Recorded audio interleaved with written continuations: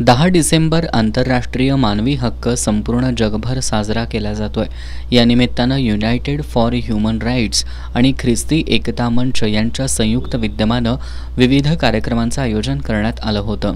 त्यानुसार कोल्हापुरातील कावळा नाका इथल्या मेरी वेलनेस हॉस्पिटल यांच्या वतीनं आमचे हक्क आमचे भविष्य नारा देत शहरातील प्रमुख मार्गावरून ही रॅली काढण्यात आली।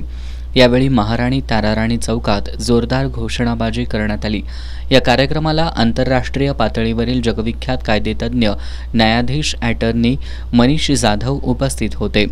यावेळी बोलताना त्यांनी कायद्याच्या पूर्वी समानता, अल्पसंख्याक म्हणून ख्रिस्ती समाजाचे हक्क याविषयी मार्गदर्शन केलं। याप्रसंगी युनायटेड फॉर ह्यूमन राईट्सचे राज्य मुख्य समन्वयक प्रमोद आवळे, ह्यूमन राईट्स डिफेंडर जॉन भोरे, कोल्हापूर आणि बेळगाव समन्वयक प्रकाश माने तर ह्यूमन राईट्स डिफेंडर म्हणून प्रमोद माने यांची नियुक्ती करण्यात आली।